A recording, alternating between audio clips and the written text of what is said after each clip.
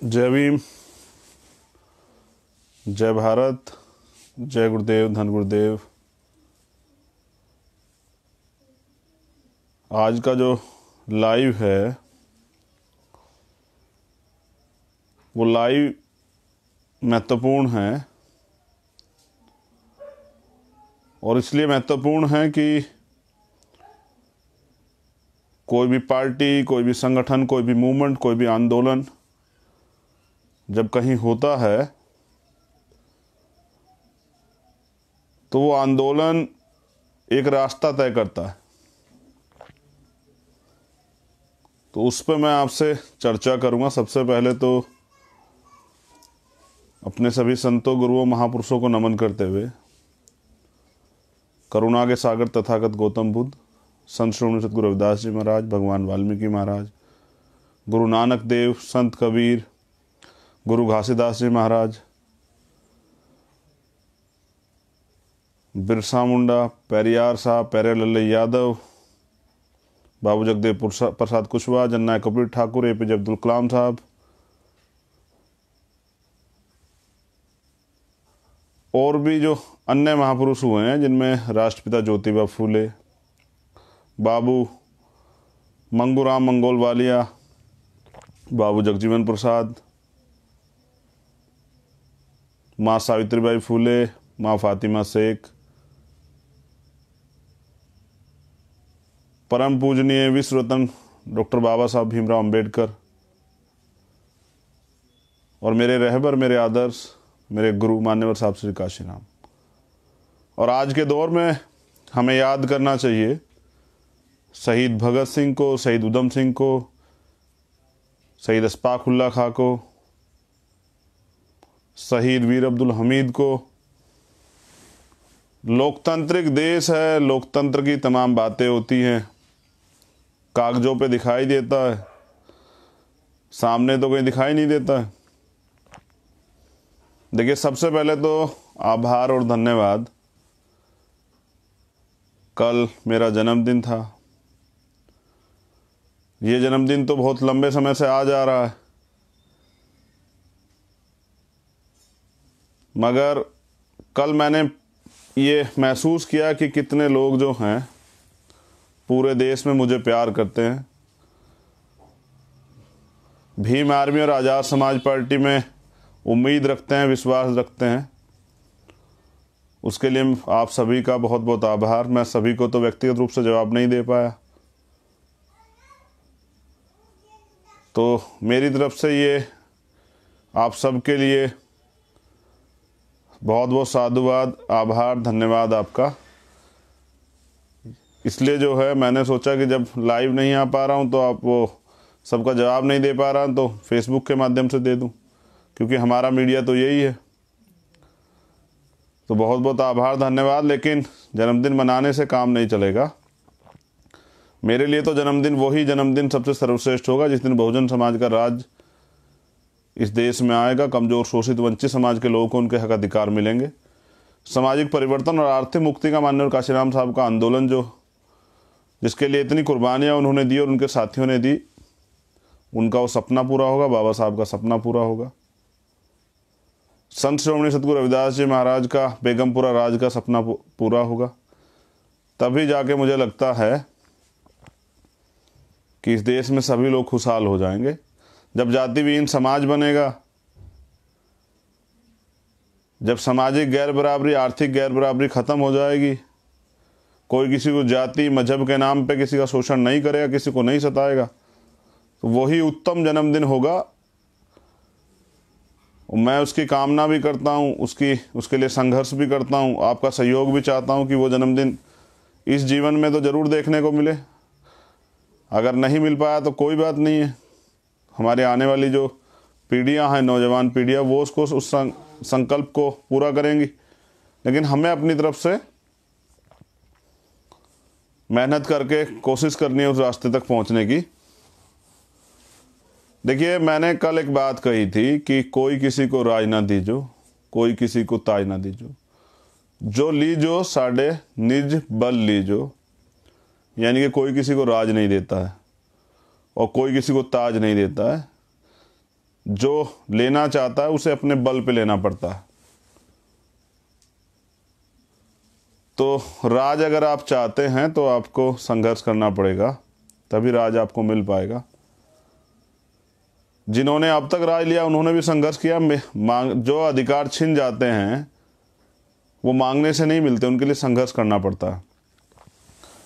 आज का जो लाइव है इसमें एक बहुत ज़रूरी बात यह है कि देश के अंदर एक आंदोलन चल रहा है जिसको हम किसान आंदोलन के नाम से जानते हैं।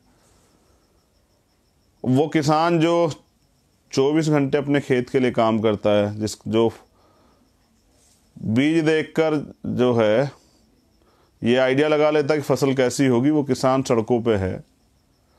दुख तकलीफ़ की बात यह है कि उस किसान के साथ उसका परिवार भी, हमारी माताएं बहनें, हमारे नौजवान बच्चे, हमारे छोटे छोटे जो प्यारे प्यारे नन्हे सिपाही हैं, वो छोटी छोटी हमारी बच्चियां, हमारी दादियां, हमारे ताए चाचे, सब लोग उस आंदोलन में संघर्ष कर रहे हैं। और हमने कई मामलों में आंदोलन किए हैं। भीम आर्मी और आज़ाद समाज पार्टी के लोग तो हमेशा आंदोलन करते रहते हैं। आज किसानों को आंदोलन में क्यों आना पड़ा? क्योंकि उनकी मांग की सुनवाई नहीं हो रही। तो क्या तो किसानों की सरकार होती तो किसानों को परेशान नहीं होना पड़ता हर चीज़ के लिए। सड़कों पे आप समझ रहे टेम्परेचर 8, 10, 9 तक पहुंच गया टेम्परेचर। अभी लेट नाइट 9 और 10 का हो जाता है और उसमें खुले आसमान के नीचे एक टेंट में रहना कितना कठिन है। और वो भी किसी घूमने के प्रोग्राम में नहीं, आंदोलन में। तो मैं दिल की गहराइयों से नीला सलाम करता हूँ सभी किसान भाइयों को जो पूरे देश में आंदोलन कर रहे हैं और संघर्ष कर रहे हैं। हम सब की बहुत बहुत मंगल कामना आपके लिए। आपका आंदोलन आगे बढ़े, सफल हो। अब एक बहुत ज़रूरी बात ज़रा गौर से सुन लीजिए। कल मेरी अभी किसान यूनियन के लोगों से बात हुई। मैं कल गया था सिंघू बॉर्डर समर्थन पे देने के लिए। तो मैंने उनसे पूछा कि कल का कोई बंद है क्या? तो उन्होंने मुझे बताया कि नहीं भाई, कल का कोई बंद नहीं है। बंद की तारीख जो है हमने एक निश्चित की है, वो बता देंगे। तो कल का कोई बंद नहीं, लेकिन कल का उनका एक प्रोग्राम है। और प्रोग्राम यही है कि आंदोलन को और व्यापक करने के लिए वो कल मोदी जी का, पहली बार ऐसा हो रहा है देश में कि देश के प्रधानमंत्री का पुतला जनता फूंक रही है। और ऐसा कई जगह किसानों ने दशहरे के दिन भी किया था। जब ये लोग रावण को जला रहे थे तब मोदी जी का पुतला, अडानी अंबानी का पुतला जला रहे थे किसान। और कल फिर उन्होंने कॉल दी है कि भाई हमको ये करना है। उन्होंने कहा कि सभी गांव में, सभी कस्बों पे, सभी चौराहों पे, जहाँ जहाँ तक आवाज़ जा रही हो वहाँ कल मोदी जी का, अंबानी जी का, अडानी जी का ये जो जी इसलिए लगाना पड़ता है कि क्योंकि हमारे महापुरुषों ने सिखाया है, वरना कर्म तो इनके नहीं है ऐसे कि इनके आगे जी लगाया जाए। किसी को सताने वाले को सम्मान देना गलत बात है, लेकिन क्या करें, हमारे गुरुओं संतों महापुरुषों ने हमें सिखाया है कि आपको दुश्मन हो या दोस्त हो या अपने छोटा या बड़ा, उसका सम्मान करना है। तो अपने गुरुओं संतों महापुरुषों की बात माननी पड़ती है। हाँ, तो हमारे जो 10 गुरु हैं सच्चे बादशाह, वो तो उन्होंने तो सिखाया कि अगर दुश्मन भी घर आ जाए तो पहले उसको प्रसादा चखाना है। तो पहले उसको प्रसाद खिलाना है, फिर उससे अगर वो जो भी कुछ किसी लक्ष्य के लिए आया फिर वो बात की है। पहले अगर दुश्मन भी आपके घर आ जाए तो उसका स्वागत करना है, उसको खाना खिलाना है, उसको भोजन कराना है, पानी पिलाना है। तो देखिए क्या सोच रही होगी उस समय भी। लेकिन जो श्रोमणी सतगुरु रविदास जी महाराज कह के गए, बेगमपुरा राज ऐसा चाहूँ राज में जो मिले सबनु अन्न, और छोट बड़े से सम रहे रविदास प्रसन्न। यही जो है, ये दोहा जो है कि ऐसा चाहूँ राज में, कि मैं ऐसा राज चाहता हूँ जो मिले सबनु, सभी को अन्न मिले, यानी कि किसी को खाने की परेशानी ना हो। जबकि भारत में भी 18 करोड़ लोग ऐसे हैं जो कुपोषण और भूख के शिकार है, जिनको भूख खाना नहीं मिल पाता है। यानी कि आज भी हमारे गुरुओं के दिखाए रास्ते पे ये देश नहीं आ पाया, उनके जो सपने थे उसको पे नहीं पहुंच पाया है। फिर वो कहते हैं छोटे बड़े सब सम बसे, छोटे बड़े सब सम बसे, यानी कि गैर बराबरी ना हो, सब में आपस में प्यार हो, रहे रविदास, तब रविदास जी जो हैं वो प्रसन्न रहेंगे, खुश रहेंगे। तो ऐसा ही बाबा साहब ने भारत के कॉन्स्टिट्यूशन में लिखा कि सबको बराबरी के हक दिए, कोई जमींदार हो या कोई मजदूर हो, सबको बराबरी के अधिकार है, सबको सम्मान से जीने का अधिकार है, सबको अपने धर्म को मानने का, पूजा पाठ करने का, जो भी उनके इच्छाएं हों उसको करने का, स्वतंत्र रूप से घूमने का, सरकारी जितने भी संस्थान हैं उन पे सबके बराबरी की हिस्सेदारी है। तो ये दिया है कॉन्स्टिट्यूशन ने। वहीं कॉन्स्टिट्यूशन ने आर्टिकल 19 दिया है जिसमें अधिकार है अभिव्यक्ति की आज़ादी का, और अधिकार है शांतिपूर्वक अपने आंदोलन को चलाने का, अपना विरोध दर्ज कराने का। और किसान ये कर भी रहे हैं, लेकिन सरकार किसी तरह से अपने बंदे उसमें छोड़ के, अपने लोग उसमें छोड़ के उस आंदोलन को बदनाम करने का प्रयास कर रहे। किसान सचेत रहें। मैंने कल भी उनसे यही अपील की थी, अपनी एकता बना के रखिए। वो कहते हैं कि सत्संगत मिल रही है माधो जैसे मधुमक्खीरा, कि जैसे मधुमक्खीरा जैसे महल का जो छत्ता होता है, मधुमक्खियों का छत्ता होता है, जैसे वो एकजुट रहते हैं, इस तरह से समाज को रहना चाहिए। कल मैंने किसानों से यही कहा था कि भाई आप हमारे नेता हैं, आप नेतृत्व कर रहे हैं, तो आपको एकजुट रहना। सरकार क्या करती है कि आंदोलन को तोड़ने के लिए तरह तरह के प्रयास करती है, बदनाम करती है। तो जैसा मैं अपने लिए कहता हूँ, जिसकी सफलता नहीं रोकी जा सकती उसको बदनाम किया जा सकता है, उस पर आरोप लगाए जाते हैं। तो अब किसानों आंदोलन पे आरोप उनकी से जुड़े मीडिया के लोगों ने लगाए तमाम तरह के आरोप, लेकिन वो टस से मस नहीं और अपने आंदोलन को चला रहे हैं। और बड़ा अच्छा लगा कल जाके देख के कि वो ये किसान है सर, औरों को भी लंगर यानी कि भोजन करा रहे हैं, खुद तो कर रहे हैं लेकिन औरों को भी करा रहे हैं और अपने आंदोलन को भी चला रहे हैं।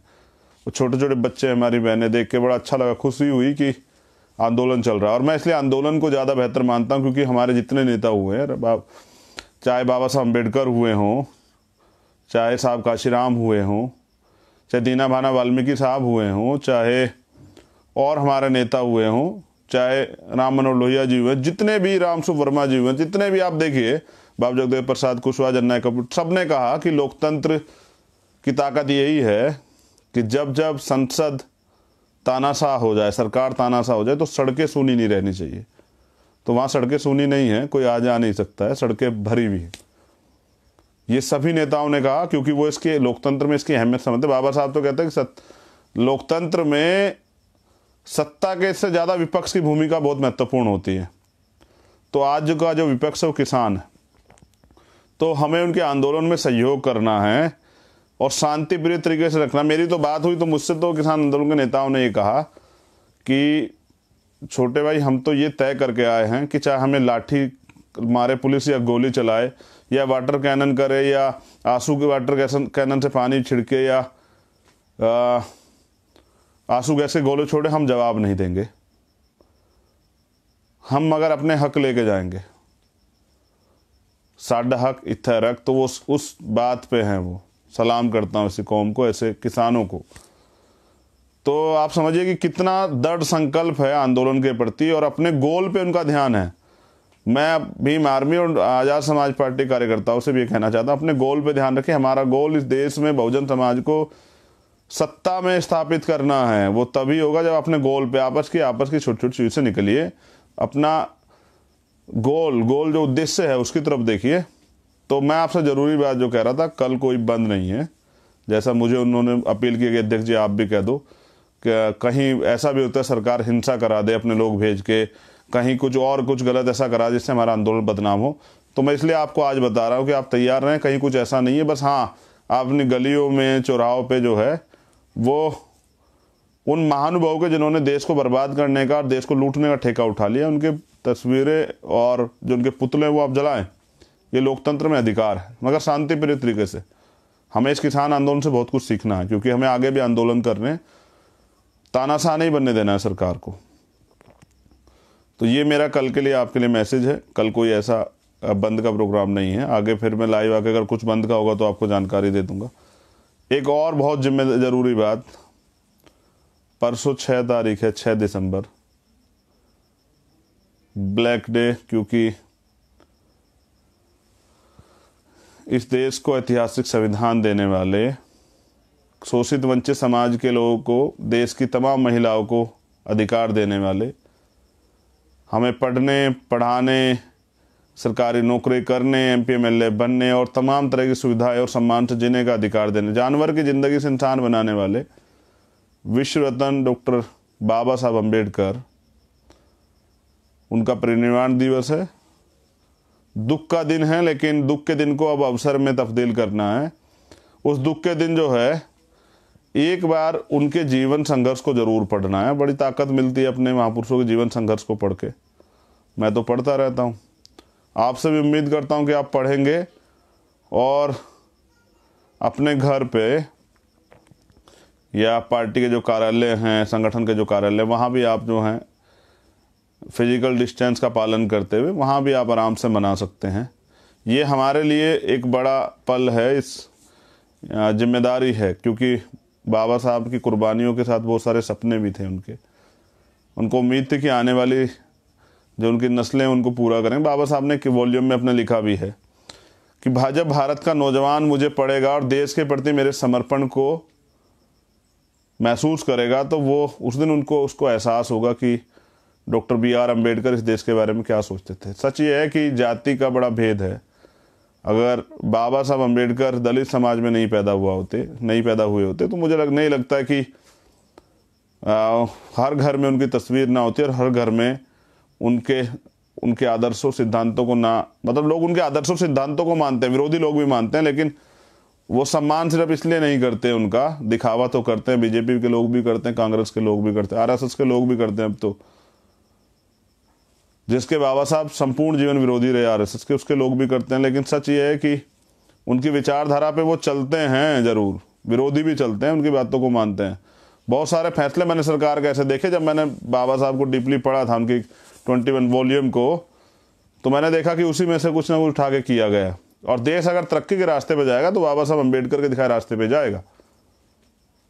जातियां तो जानवरों में होती है, यहाँ तो दो ही जाति हैं, एक महिला और एक पुरुष, 2 जाति है इंसानों की, दूसरी नहीं है। इससे अलग कुछ भी नहीं है। जातियां तो जानवरों की हो सकती है, उनको पहचानने के लिए हमें जरूरत होती है। इंसान तो एक जैसे होते हैं। जब कोई बच्चा छोटा हो, बहुत कम दिनों का, और उसको अगर किसी भी जाति के व्यक्ति घर पे छोड़ दिया जाए, अगर वो किसी दूसरी जाति में उसने जन्म लिया हो और किसी दूसरी जाति के व्यक्ति के यहाँ पे उसको जो है पालन पोषण हो, तो आप पहचान ही नहीं सकते। ये तो यहाँ नीचे आने के बाद जो है फाइनल करते हैं कि इसको किस धर्म और मजहब और जाति से का ये है, उसको पहचान बताई जाती।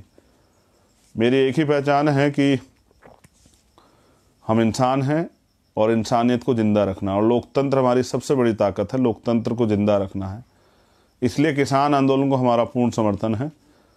तो कल का यही है, बाकी किसी भी तरह के हुड़दंग और किसी तरह के उसमें शामिल नहीं होना है। हाँ, सरकार ये प्रयास करेगी इस आंदोलन को बदनाम करने के लिए, जो बहुत अच्छा आंदोलन चल रहा है, शांतिप्रिय आंदोलन है, कि वो कहीं हिंसा करा दें या कहीं इस तरह के आरोप लगा दें, कुछ भी कर दें। वहाँ भी बहुत सारी चीज़ें हो रही हैं, वो भी लोग सतर्क हैं, आप भी सतर्क रहें। कल एक ही वो है कि वहाँ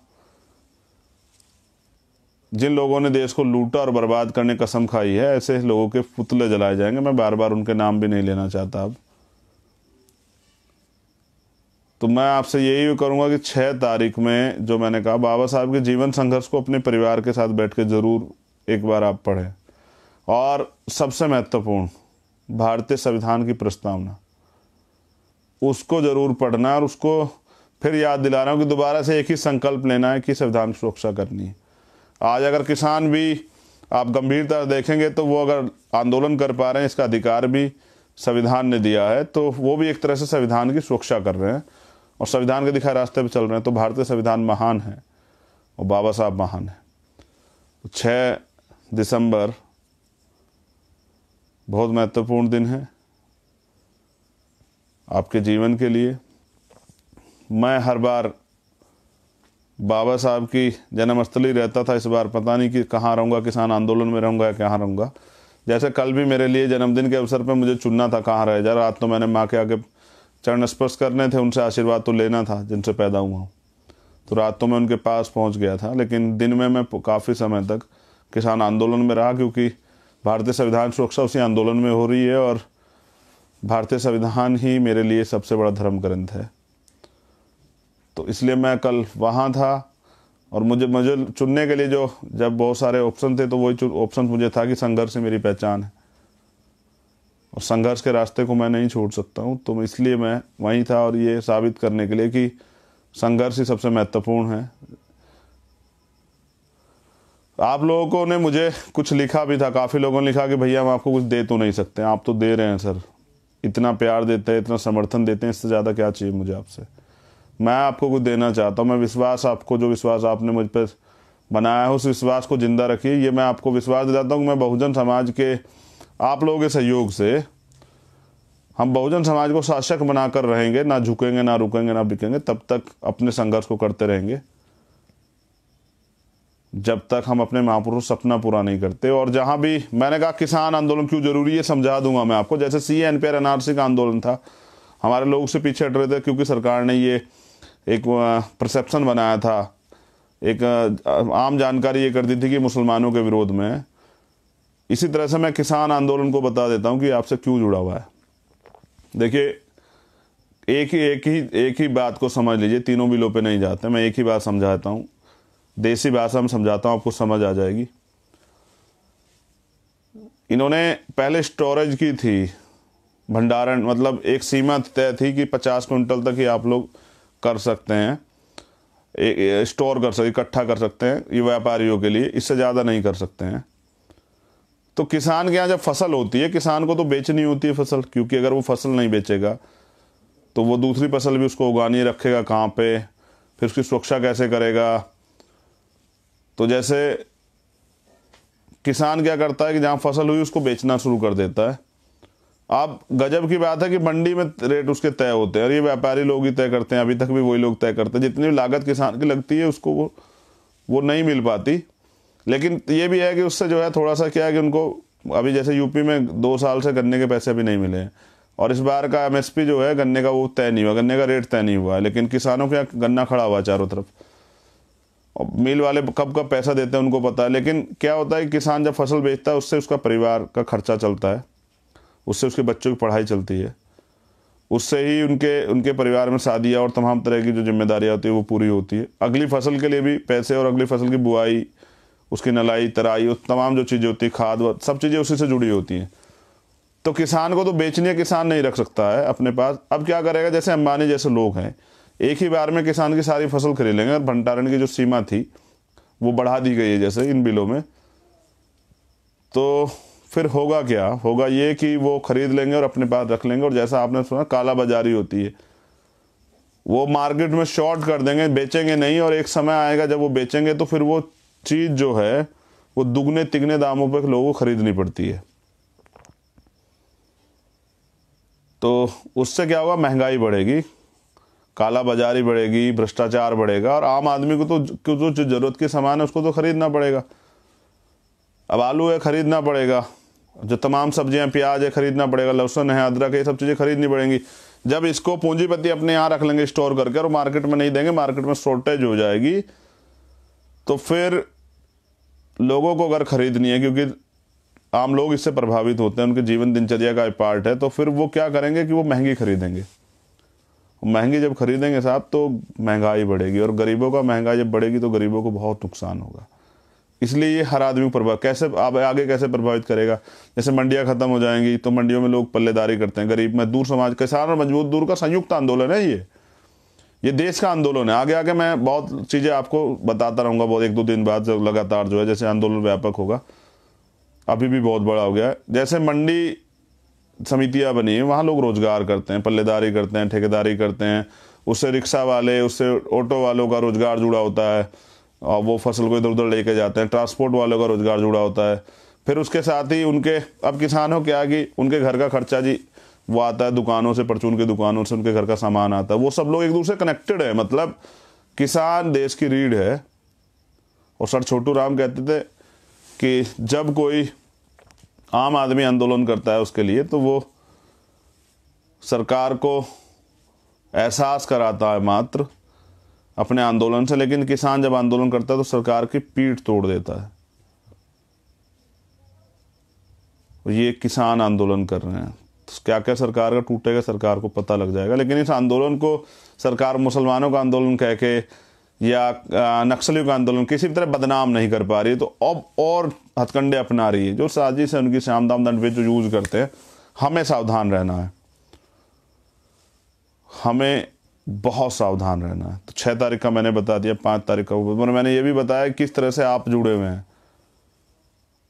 छोटा खेती वाला, बड़ा खेती वाला, सब जुड़े हुए हैं।